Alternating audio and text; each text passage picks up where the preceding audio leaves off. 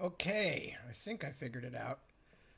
They've just changed a lot of crap on Facebook in terms of logging into the live broadcast thing, so I'm never quite sure. So, but I think we've got it. Anyway, it seems to be true. Hello.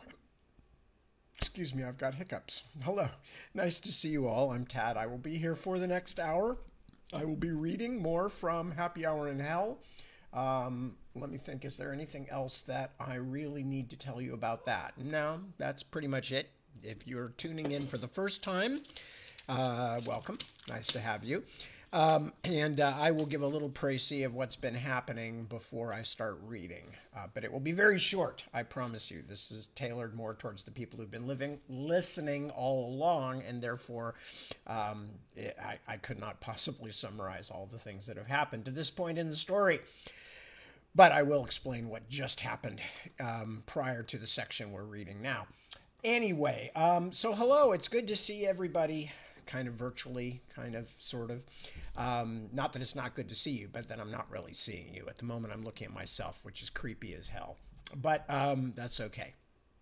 Anyway, so just the usual craziness. I'm working when I can work. I am chasing dogs up and down the hills through holes they have dug under the fences.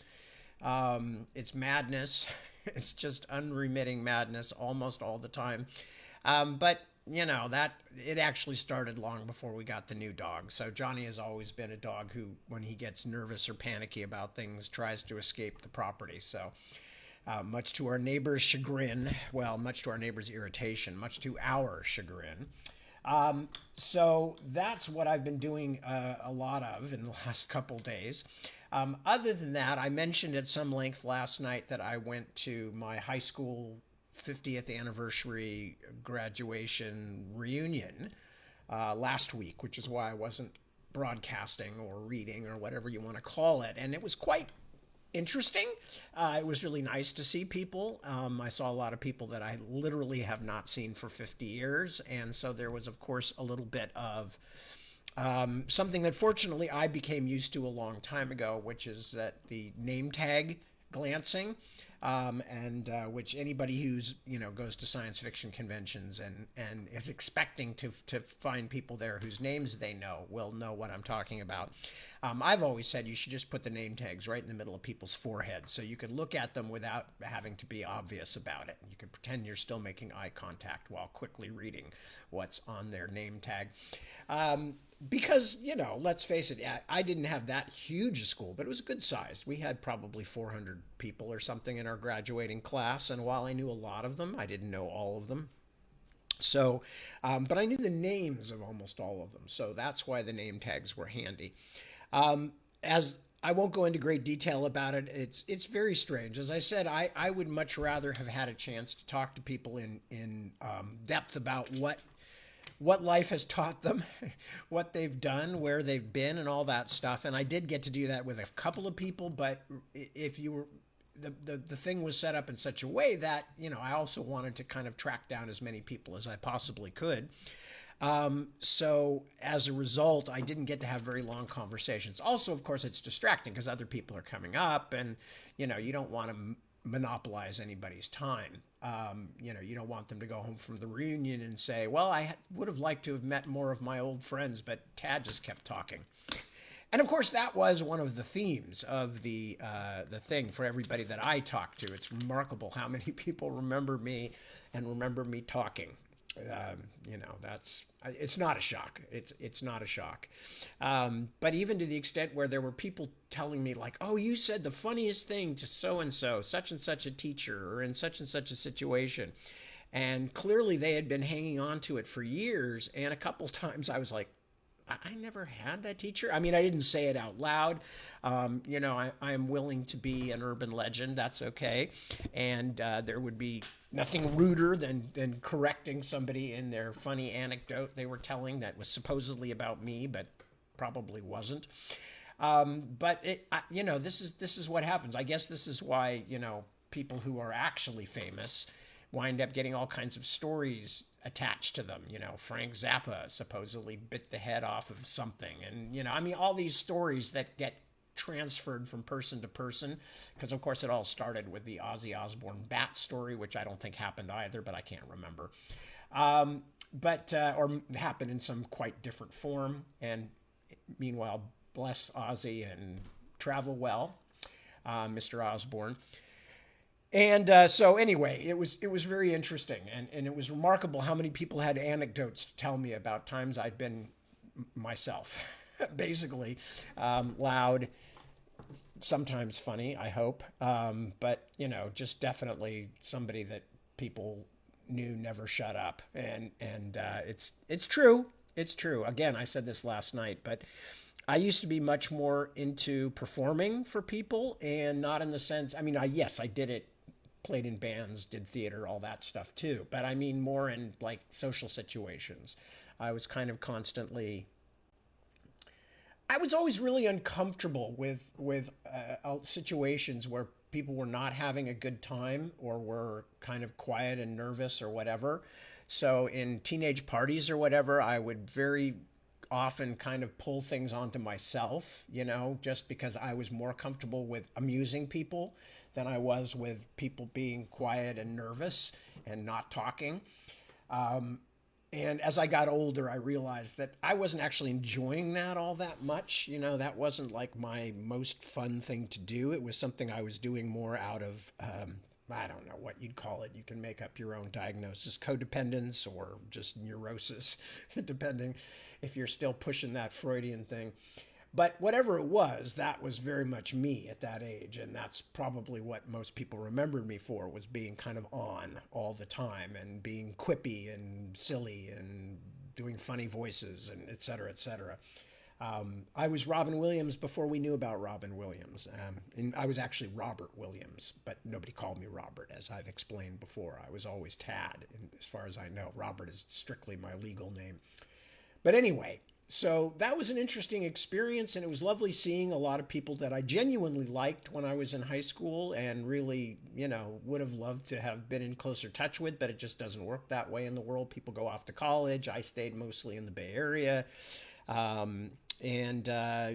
was involved in all my own stuff, and which led up to, becoming a writer and things. So that was that experience.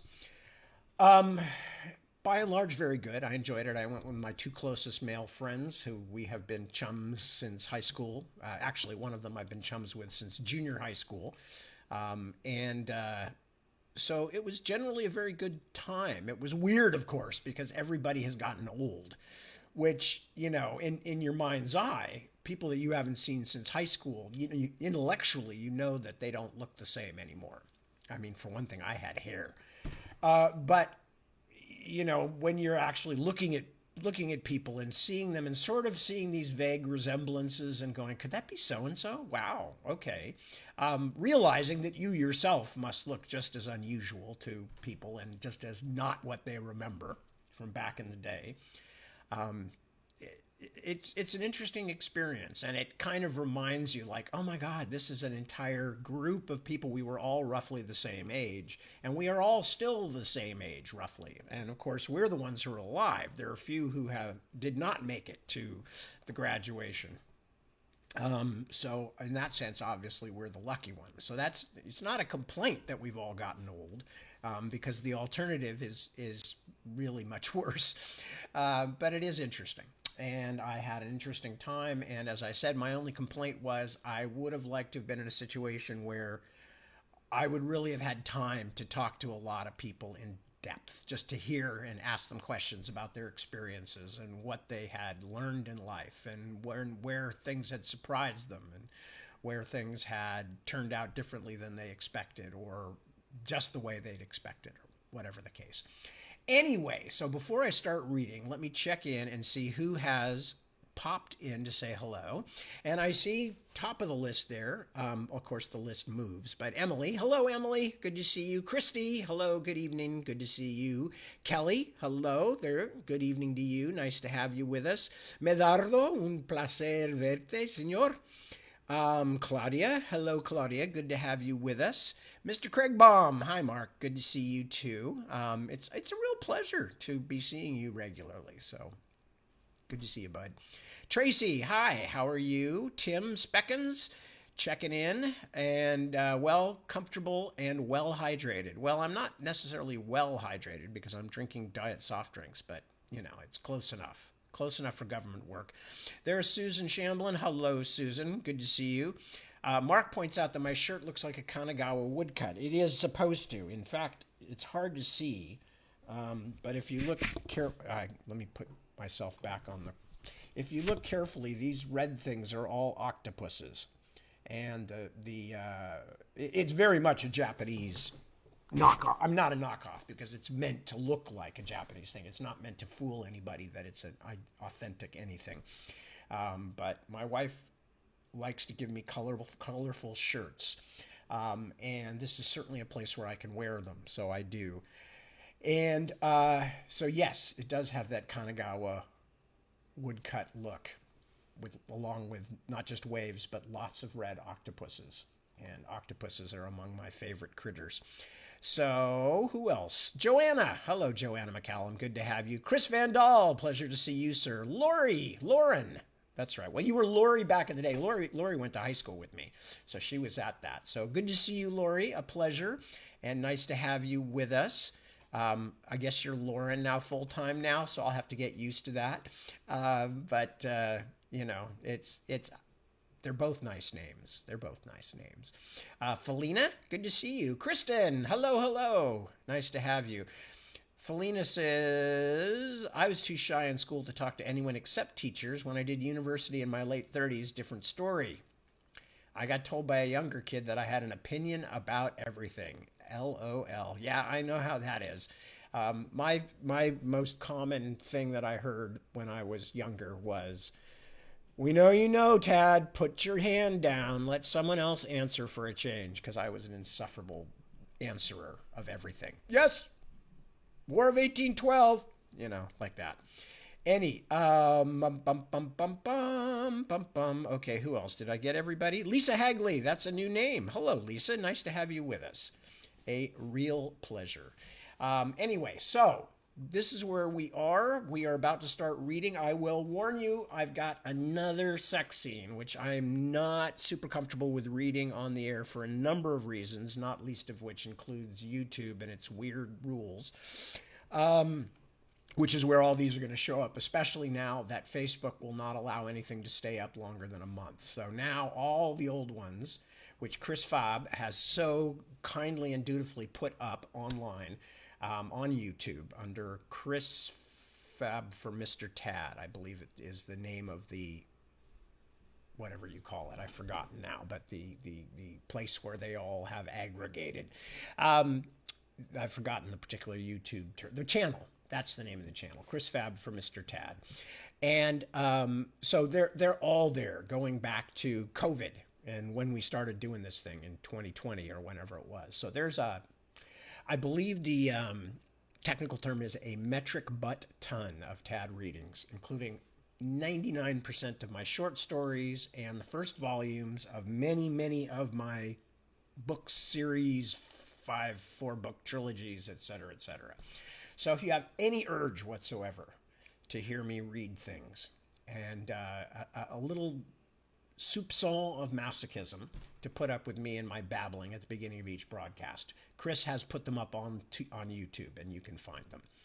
So with all of that said, and definitely, especially after trekking up and down the hill and around the property, we have a lot of land, and it's a long walk to get to all the places where Johnny and Lemon have been breaking out lately. And we still have to solve it. At the moment, the dogs are both imprisoned in the house. Not imprisoned in the sense that they're not shackled or anything. I mean, just that we are keeping them in the house and only taking them out on a leash until we get the latest place they've escaped closed up again. But anyway, so as a result, I am frayed, and that's F-R-A-Y-E-D, not afraid, and a bit weary, but that's okay.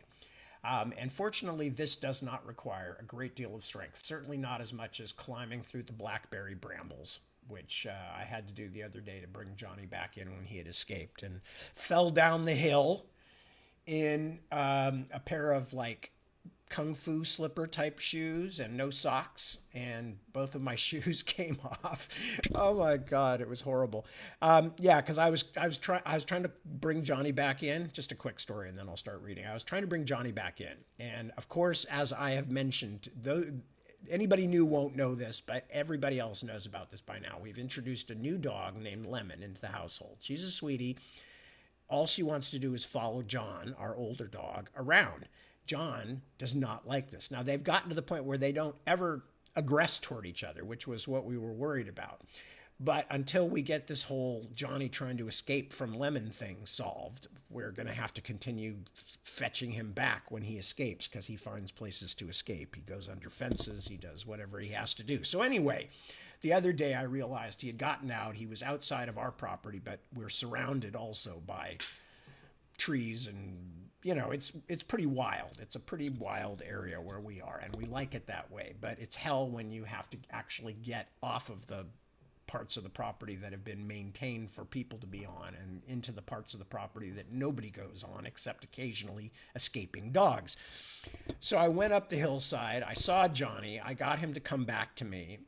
He didn't have a harness on, so I managed to put the leash on his collar, but the problem with that is the collar, if he pulls backwards, he can just pull out of the collar. So I had to go very carefully.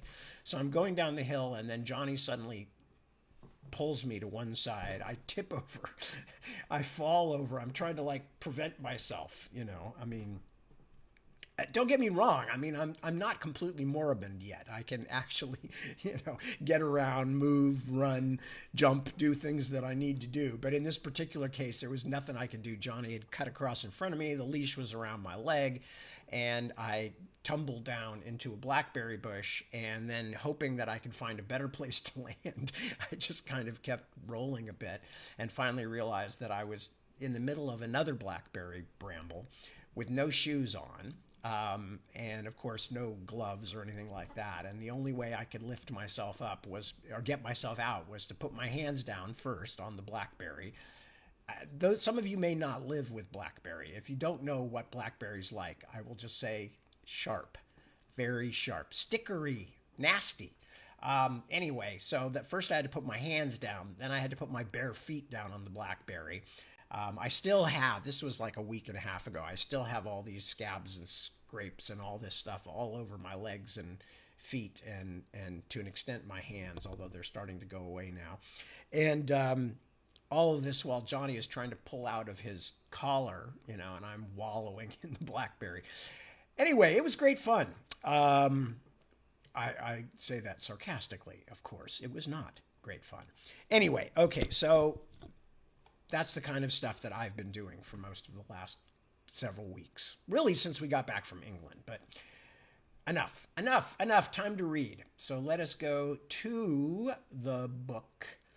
We are reading from Happy Hour in Hell. And what was happening last night when I was reading was that Bobby had, of course, escaped from Vera and her horrible zinc coffins and all of she didn't have zinc coffins here in hell. She had bodies, disarticulated bodies in jars, and Bobby managed to escape by sicking her dead lovers on her.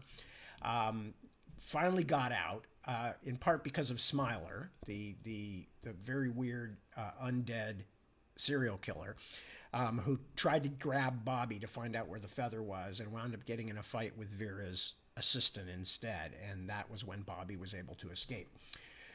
So he got up to the surface. He disguised himself by putting some pearls underneath by cutting open his skin and putting some pearls in, because he realized he looked too much like himself even as a demon.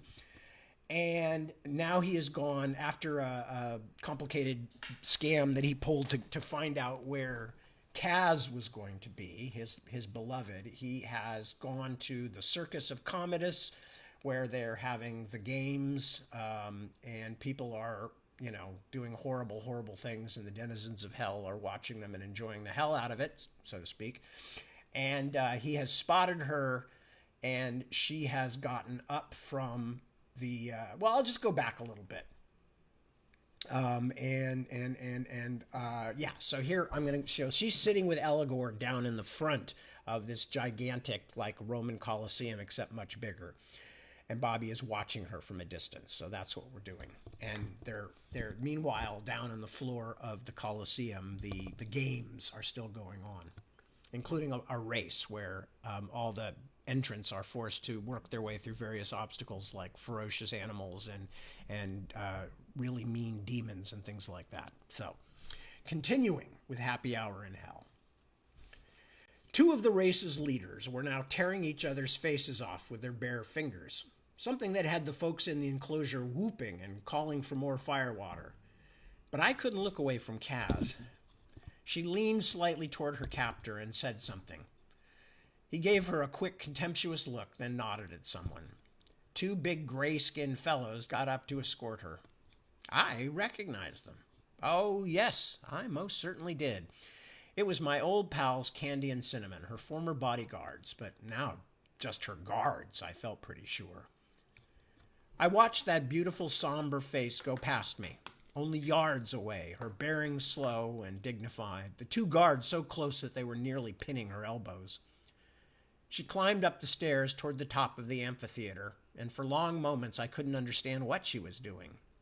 But when she got to the top, Kaz merely stopped along the wall and turned her back on the amphitheater, staring out across pandemonium as though pretending she was somewhere else. The air must have stunk just as badly up there as it did anywhere else in the city, but I guess she still preferred it to the air next to Eligor. Candy and Cinnamon stared at her in irritation for a moment, then moved a short distance away so they could watch the action below. But they were still keeping a close eye on her. She was definitely a prisoner, and probably had been the whole time I was back in the safe and comfortable real world, trying to decide whether I should come after her. I wasn't liking myself much just then. I moved farther along, then climbed up an aisle, so I was also in the topmost tier, although with hundreds of people between us. Then, when one of the racers below fell into a pool of flaming oil, but continued his race as a shrieking torch, which the audience just loved, I snuck a quick glance over the edge of the amphitheater. I was in luck. There were harnesses for banners or perhaps some kind of windbreak along the outside, and a stone track where workers could stand below the outside rim, putting these harnesses up or down. I waited until the burning runner was being extinguished by a laughing giant with a club, which brought a large part of the audience to its feet, yelping in glee. Then I slipped over the rim of the amphitheater and onto the ledge. It turned out to be a great deal narrower and less sturdy than it had looked. I made my way along the stone track by sheer strength of fingers and toes until I had reached the approximate spot where Kaz had been standing, her guards hopefully still another 10 or 15 yards farther away. Then I pulled myself up carefully. I had to take my feet off the ledge and use finger holds, and it was a long way down. Still, when I popped my head up, there she was, her white gold hair shining red, reflecting the light of the wall beacons. I slipped back down again, out of sight. "Kaz!" I said as loudly as I dared. "Countess!" Nothing came back to me. I raised myself to the top again, hanging by my aching fingers. "Countess! Kaz!" I hissed. She turned, looked quickly in my direction, then looked away again just as fast. Candy and Cinnamon were still talking to each other, not even watching her. "Whoever you are," she said with quiet urgency, "go away. You can't imagine how bad—" "Oh, yes, I can," I said. I edged a little closer so I could keep my voice low. My fingers were really beginning to hurt. "Because I've been through it. He already sent that thing with the horns after me, remember?" I saw her face swivel toward me again, sudden and pale as the moon appearing from behind trees, but only for an instant. "Go away," she said, or at least I thought so. I could barely hear her over the crowd. "Have you forgotten me already, Kaz?" I was desperate to get back onto the ledge because my fingers felt like they were caught in a giant mousetrap. But it was her. It was her, and she was talking to me. Your locket saved me. I never got to tell you, but it saved me. She went still as stone. For long moments, I thought something had happened to her, that her soul had flown right out of her body. When she did speak, she still kept her face turned away. I don't know who you are, but if you say another word, I'll call the guards, and then Grand Duke Eligor will peel your skin off and carve your bones into toothpicks. Do you understand? Leave me alone. She started back down the stairs. Clearly irritated to have to move again, Candy and Cinnamon fell in behind her, a wall of nasty gray muscle. I could only hang helplessly against the amphitheater stones like a dying lizard as she left. Chapter 29, Breath of Heaven. Kaz walking away like that. Well, it felt like a tornado had touched down in the middle of my chest, torn up and destroyed everything inside me, and then suddenly moved on. I could hear the damned and their jailers all around me screaming with glee at the spectacle below, but all that horror was suddenly just noise. I was so shocked I could hardly think. At last my survival instincts kicked in. Obviously, I couldn't just cling to the facade of the Colosseum all day, so I worked my way back to where I'd been and crawled over the rim and back into the circus. The customers below me didn't notice because they were busy bellowing their pleasure as the last two crippled, bleeding, almost men confronted each other on the sand below, each with a long dagger in his teeth, neither able to crawl the rest of the distance to victory without disposing of his rival. The spectators were also throwing rocks and other heavy things down at the two struggling figures, either trying to help the one they'd bet on or just wanting to see a little more suffering. I slumped down on a bench and let the hot stink of the place wash over me. I was beginning to feel like I belonged there, just another self-pitying loser in the big basement. I'd blown it, and I didn't even know how. My only chance to see Kaz alone, and she'd turned her back on me. She'd even promised Eligor would destroy me if I didn't leave her alone. I mean, talk about rubbing my nose in it. It hit me then, the obvious thing I'd missed. After I thought about it for a few seconds, I rose and made my way back up to the top row. Down below, one of the contestants had managed to slit the other's throat and was crawling away as his victim writhed on a spreading expanse of red sand. I could feel the excitement of the spectators rise even higher. They were like sharks. If there was blood, they were interested. I sat down a couple of feet from where Kaz had stood. Go away, she'd said at least twice, but she never moved closer to her guards, several yards away, and she'd barely looked up. Why would she keep her back to a potential problem? Why wouldn't she at least raise her voice to get the guards' attention? Because she knew it was me, and she knew I was quite capable of doing something this stupid. Maybe she was trying to protect me from my own eagerness. Had I really expected her to have a joyous reunion with me out here in front of all of hell, with Eligor only a few dozen rows down? Kaz was too smart for that. While pretending to watch the last Lycaon survivor crawling toward the finish, I looked around carefully in case she had dropped a note or a key, anything to tell me what we should do next, but saw only the usual filth. I even got down on my hands and knees where she'd been and searched in every crack of the ancient stone, but there was nothing to find, nothing hidden or discarded. Despair washed over me again. For a moment, I'd been so certain that she'd been telling me to be more careful, that she needed more privacy or time or something, but now I began to think I'd been right in the first place. She'd either forgotten me or didn't want to see me. After all I'd been through to get here, I was fucked, and there just wasn't any other way to spin it. Then I spotted it. It wasn't easy because it was almost the same color as the stone, a long thread, only a little brighter than the great blocks of lava in the wall, snagged on an edge about waist high. I reached out and lifted it gently with my finger. It was very fine thread, something that would have been expensive even on Earth, I guessed, but much more so here in hell. It was almost the same length on either side of the snag, as though someone had held it by each end and draped it carefully in place. But if Kaz had done it, what did it mean? Of course Kaz had done it. This was the woman who had managed to steal Eligor's angel feather and to sleight of hand her locket into my coat right under the Grand Duke of Hell's pointy nose. She'd left the thread for me. She wanted me to use it to find her. I refused to believe anything else. Another roar came from below.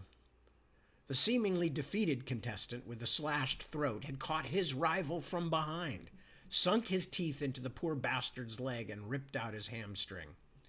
He might have lost the race, but he was going to make certain his rival didn't win either.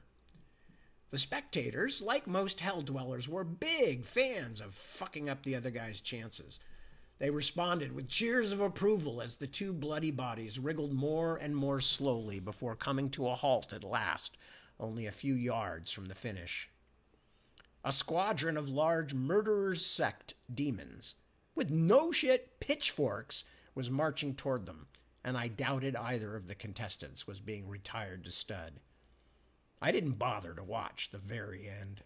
I was already on my way down the stairs, headed for the night market.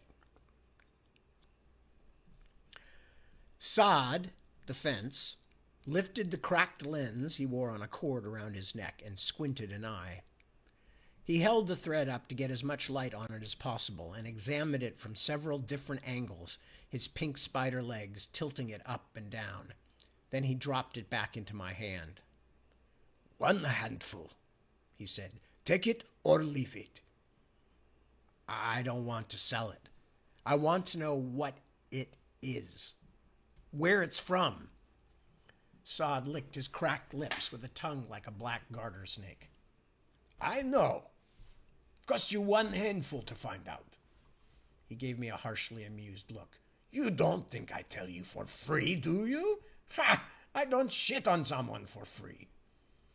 I still had quite a bit of Vera's money, so the cost itself wasn't an issue, but I didn't want anyone around here to know I was comparatively wealthy. So I haggled and fought with Saad until he was waggling most of his arms in fury, and I got it down to 4 spit. Trust me, in hell, fighting for every penny is just common sense, like hanging your food so the bears don't come into your camp at night. Actually, it's almost exactly like that, except bears are easier to negotiate with than whoever's after your money in hell. My iron spits finally in Saad's cash box. He directed me to a silk merchant named Han Fei, out at the far end of Night Market. I learned a few interesting things from that unpleasant gentleman, who imported the incredibly expensive silk from down on the Phlegethon levels. It was so expensive because it was actually made from the silk of real silkworms, or at least the kind of silkworms that could grow in hell, apparently.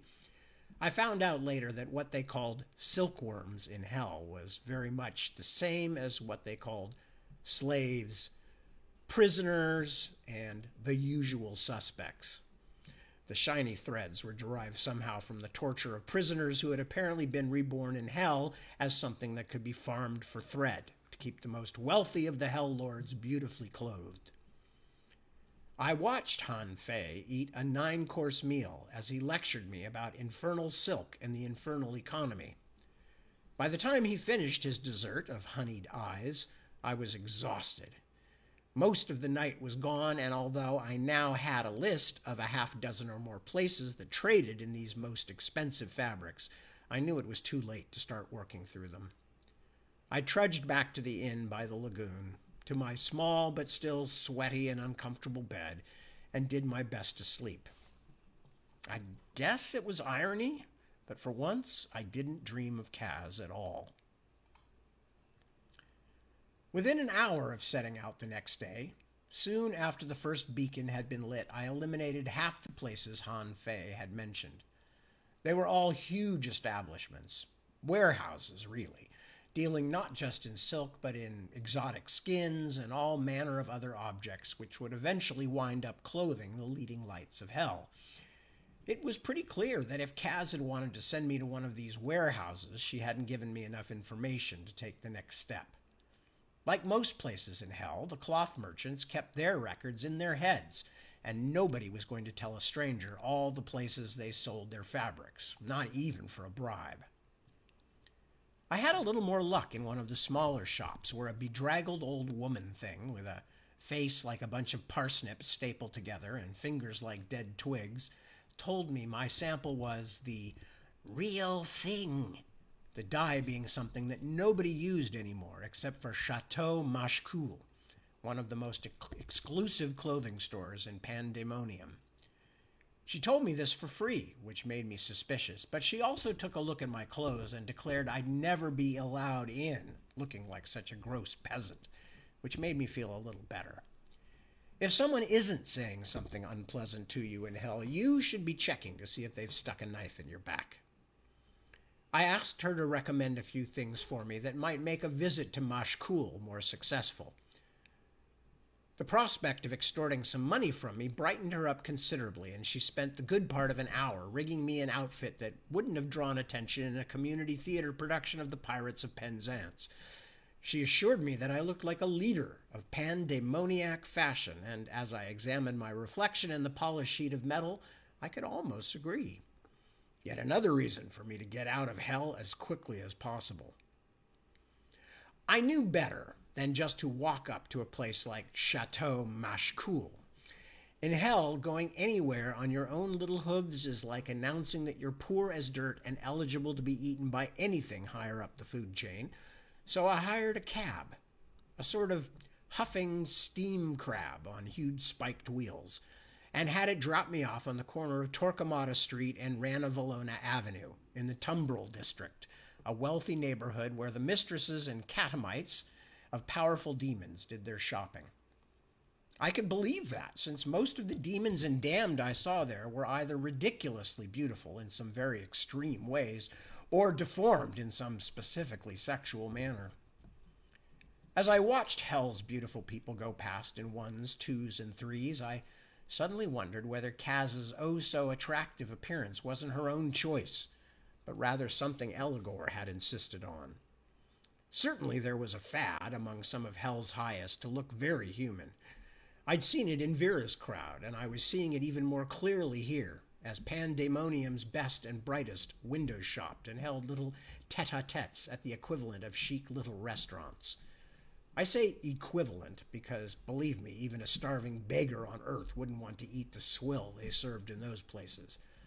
Doesn't matter how rich you are, you can't make anything taste good in hell because nothing tastes good in hell.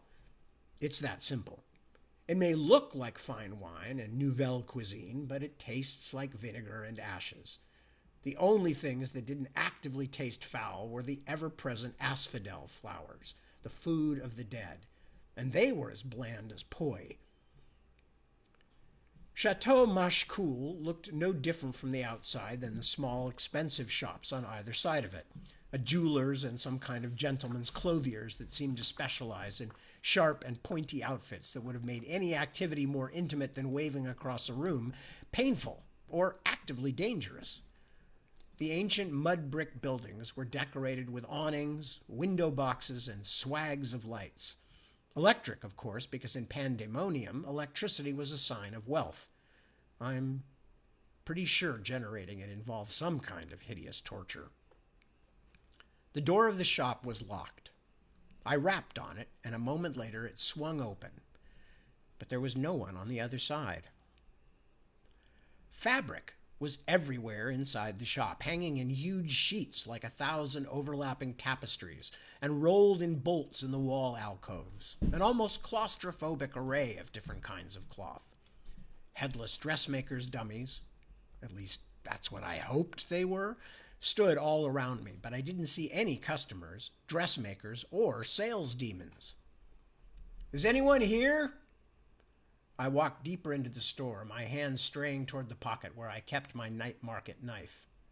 It was beginning to smell more like a trap by the second, like one of those mafia things where the guy looks up from his cannelloni and realizes that all the other customers have walked out. When a hand lightly touched me on my shoulder, I turned around with the knife out, ready to cut the shit out of whoever had snuck up on me. Except, of course, I couldn't, because it was her. She wasn't as certain, of course. I didn't look quite the same as the last time she'd seen me, but her eyes stayed on mine and she didn't flinch. Bobby? I could hardly speak. Kaz. You idiot! And then she hit me. Right across the chops. Knocked me spinning, too. Every time I saw that woman, I wound up getting the crap punched out of me. Believe me, that's not my idea of a perfect relationship. Ow! The hell are you doing? I said, pinching my nose shut to keep the blood off of my new clothes. But a moment later, she was pressed against me, and soon I was smearing my blood on both of us. Everything felt unreal after so long.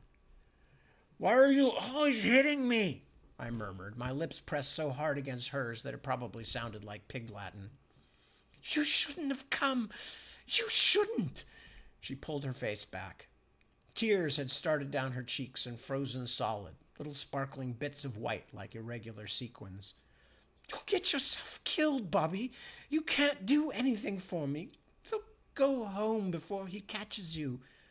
But no matter what she might have been saying, she was holding on tightly. All right, then I have to kind of skip some of these sections here. Bum, bum, bum. Grabbing the skin of my back as though she would somehow pull me into her, through her like a doorway, and although she was still angry with me, still crying in frustration and fear, she never once pushed me away.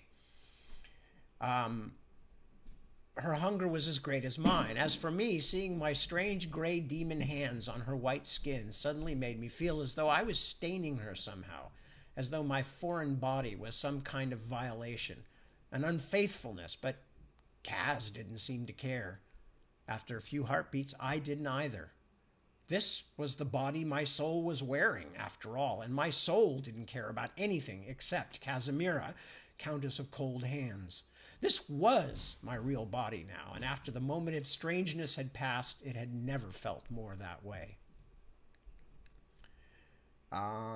We fell to the carpeted floor, scattering clothing, half dressed as we wrestled, our only goal to obliterate ourselves and each other. For that moment, everything I'd been through, everything that still stood before me, treachery, torment, death, they all fell away.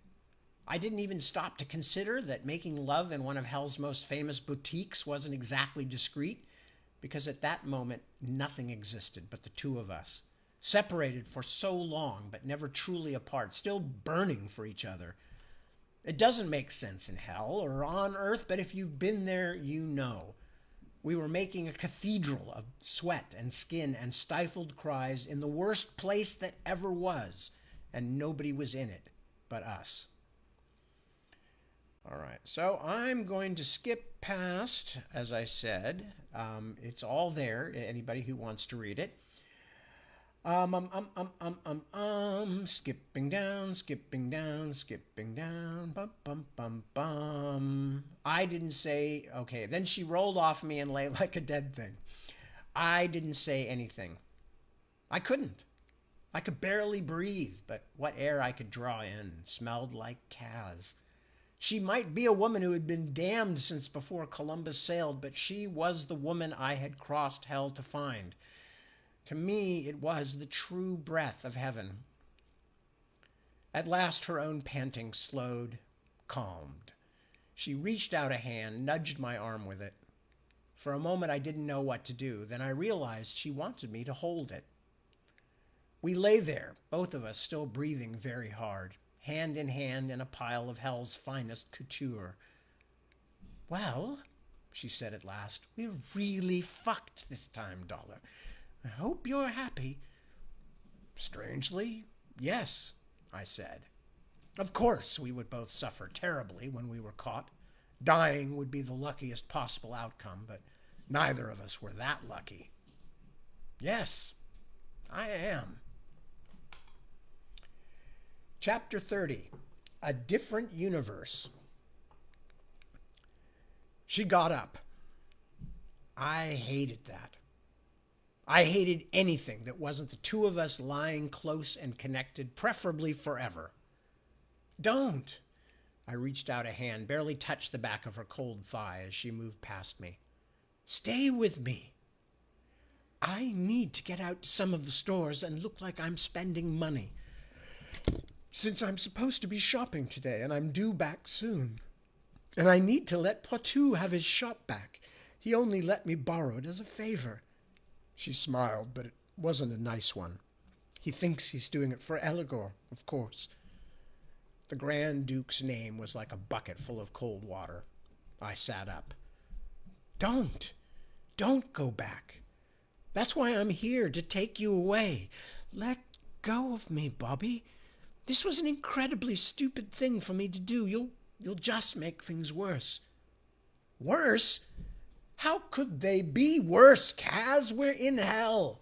You live here, and I've spent better times in DMV offices.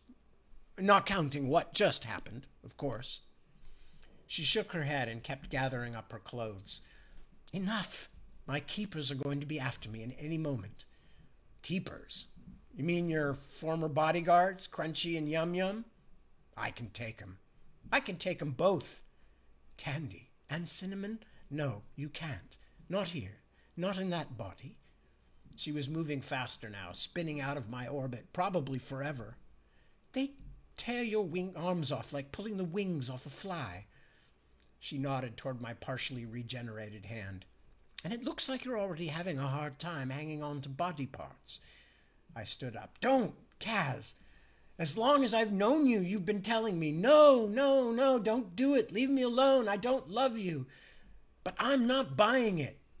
You just put yourself in terrible danger for me. You said it yourself. Your big gray guidance counselors might come bashing through the door any second. Not in here. They don't know about this place.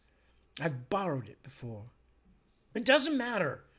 But a steam jet of jealousy turned my insides scalding hot. Who had she brought here? I suppose I should have applauded her cuckolding Eligor in any way and any time possible, but my feelings were a bit more complicated than that. Just listen to me. I came here for you, and I'm not leaving without you. She was trying to ignore me, but not doing a very good job. I wasn't going to make it easier for her, so I got up and followed. When she sat down to pull on her shoes, I crouched beside her. I'm not going away, Kaz. I've been missing you so badly for weeks, months.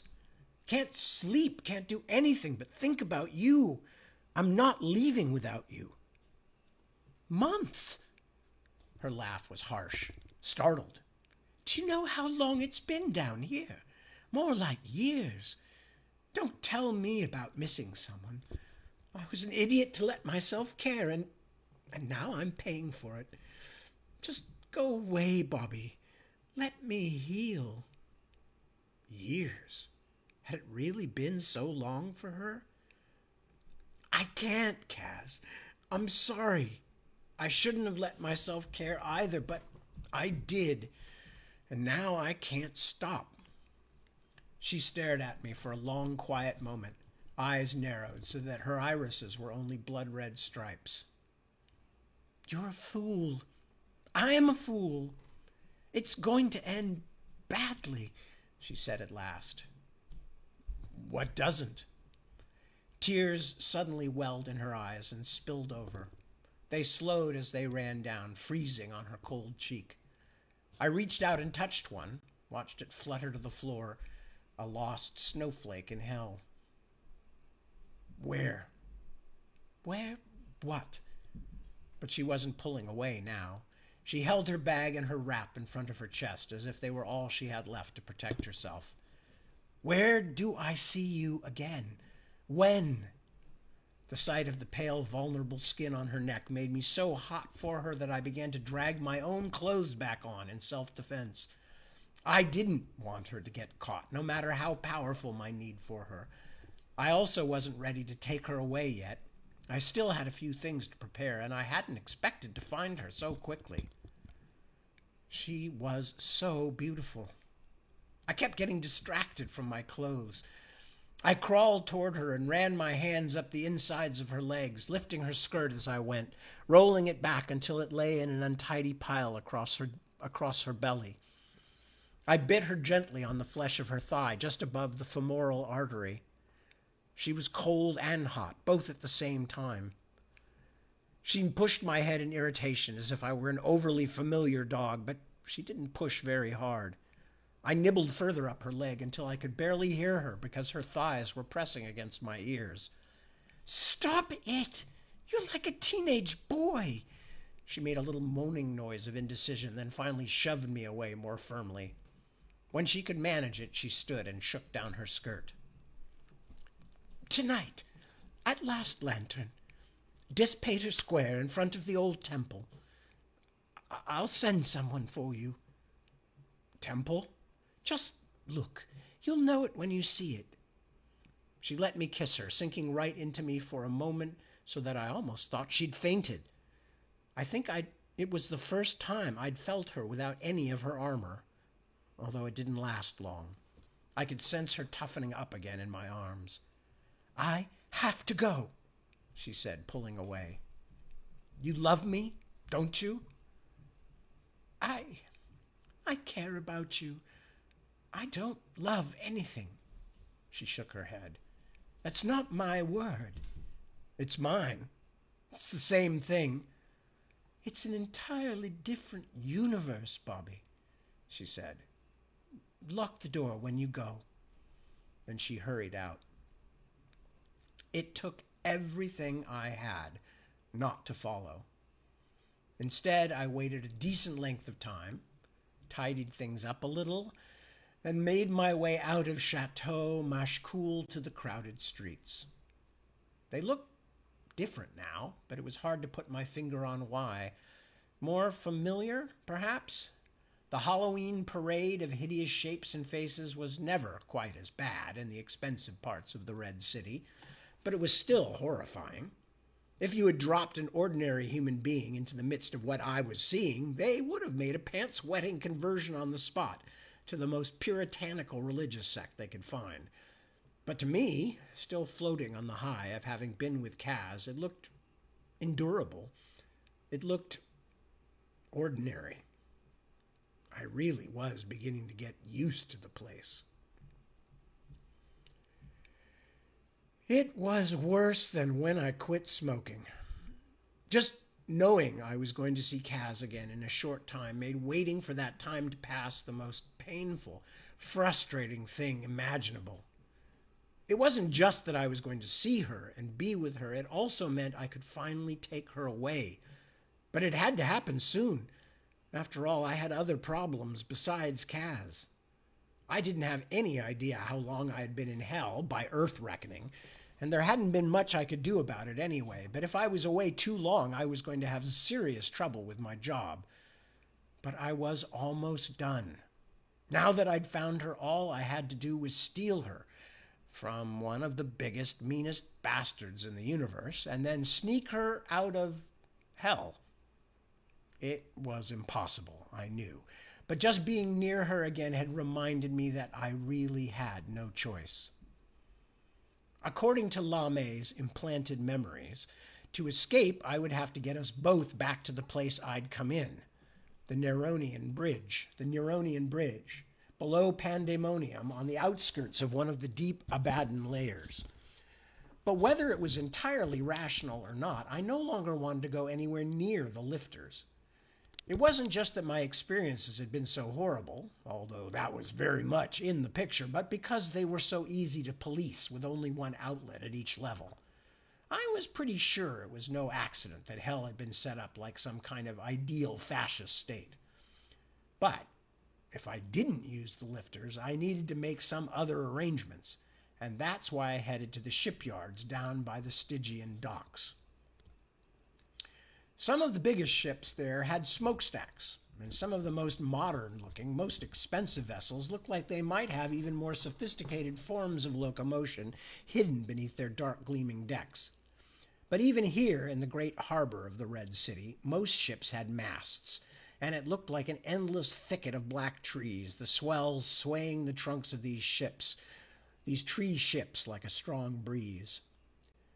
The noise of the place grew louder as I made my way to the docks until I could scarcely hear myself think above the pounding of mallets and the groaning of saws, not to mention the usual whip cracks and screams.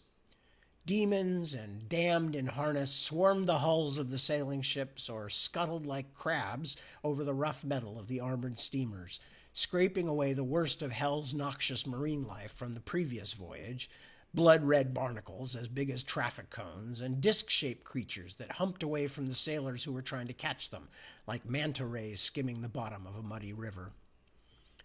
As I stood wondering how to find a ship that could carry me to the lower levels, I realized someone was watching me. I didn't even see who it was at first. It was just a troubling sensation that made my neck tingle. But then I turned and saw a weird little fellow staring right at me from a dozen yards away across the busy wharf. A somehow familiar little fellow, like a pudgy, upright cat, with buggy eyes and a too human face. I thought he might run when I took a step toward him, but instead he only stood, goggling at me like someone who didn't even realize he was staring. By the time I'd reached him, I'd remembered. I know you, the little creature said. The slave market. You work with Rip Rash. Yes, he piped. I do, but there's something. He scowled, his little face wrinkling like a dried apple doll. I know you. Shut up. Is Rip Rash here? In Pandemonium? Of course. Crazy Cat was still staring. It was beginning to bug me.